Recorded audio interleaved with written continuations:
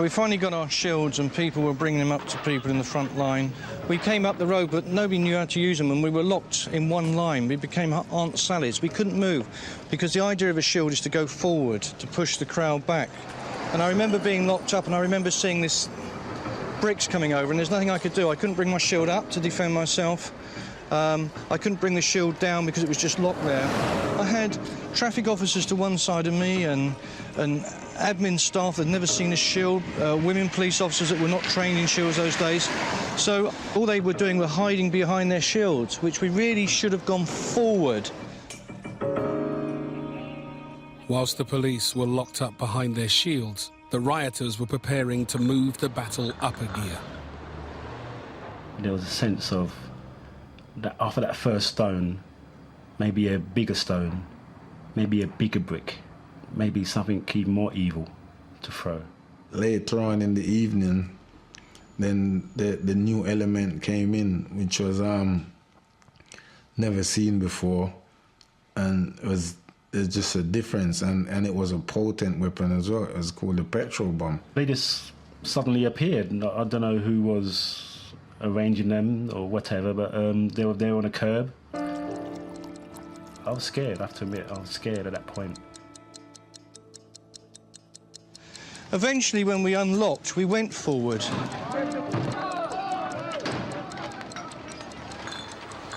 And as we went forward as we should do, in groups of 3, but keeping in line.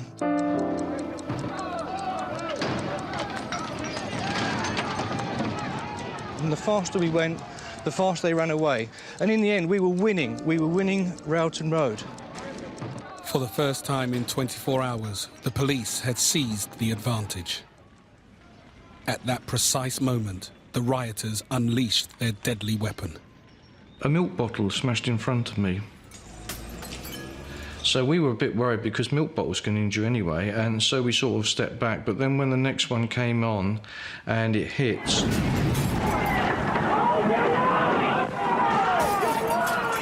I mean, you know, what can you do against fire?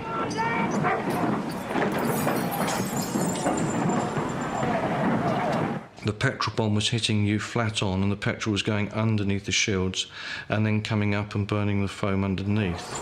To see those polices putting their tail between their legs and hightailing it down the road was a sight to behold. It was just a wonderful sight. They were just all over the place. As I remember it, they were scared.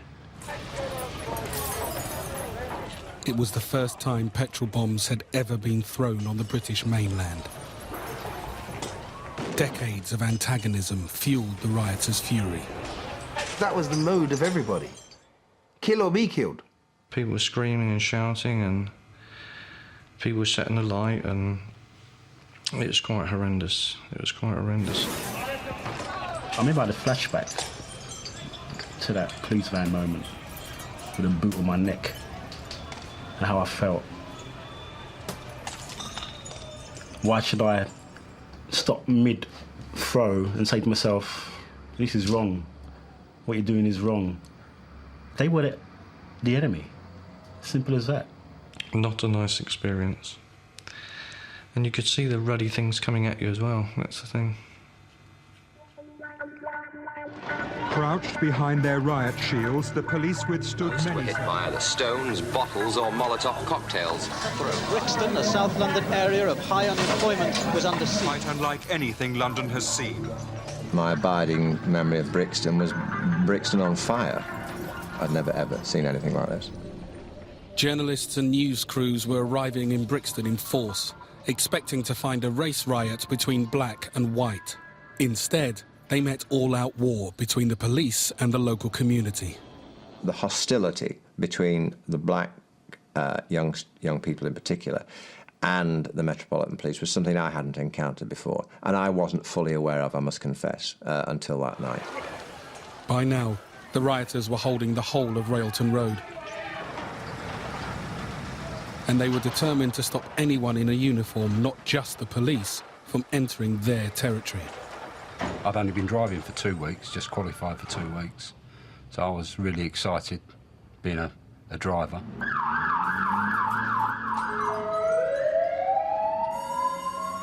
We just came through a police cordon at Brockwell Park. And just as we got through the first crowd, that's the first indication anything was wrong, because there was a loud bang on the side of the fire engine. I thought I'd hit somebody. And my station officer just turned around to me and said, "Whatever you do, don't stop. Keep going." I think it was a brick that first shattered the windscreen. I'm not sure. And once that was gone, there was no protection for the two of us in the front cab, the station officer and myself. We were just fair game from there on in. For the first time in their history, the fire brigade were under attack. Aggression was building. Even hardened journalists were stunned by what they found. This was just 4 miles down the road from the Houses of Parliament. This was a part of London. I'd experienced similar scenes in Northern Ireland. I'd never seen anything like this in a mainland city. Bricks, glass, paving slab hit me in the chest, and my arm was torn off the steering wheel with something smashing into my left arm. And you can see the anger in their face while they're throwing bricks and bottles, and I was just so terrified.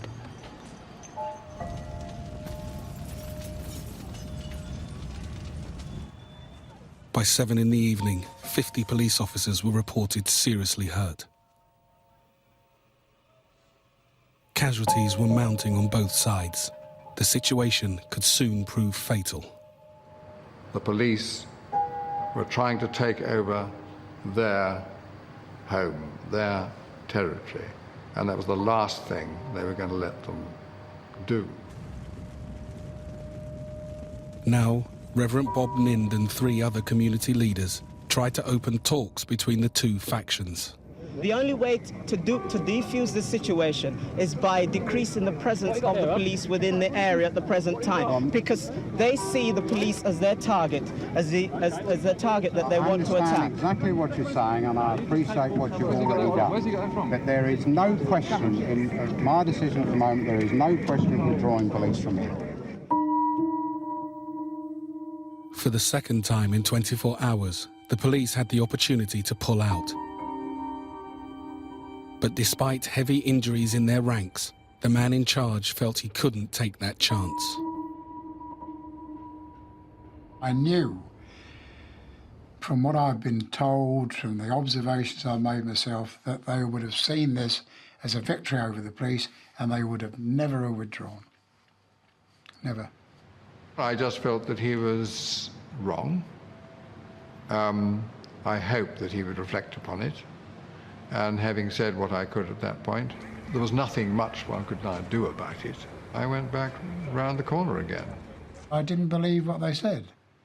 And the attitude of them, the shouting in the background, led me to believe this is this man telling me, but he has no rights, justification in saying that they would stand down, so to speak, because I was pretty convinced they wouldn't. Night fell on Brixton.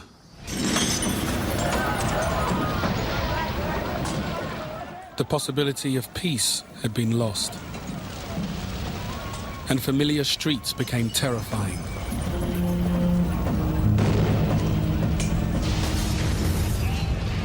After a while, you'd often ask yourself, my God, how long can this go on? How long can we keep doing this? My colleagues were on fire, my colleagues have been injured, so now it's time people got arrested. Some of the police now began to change their tactics.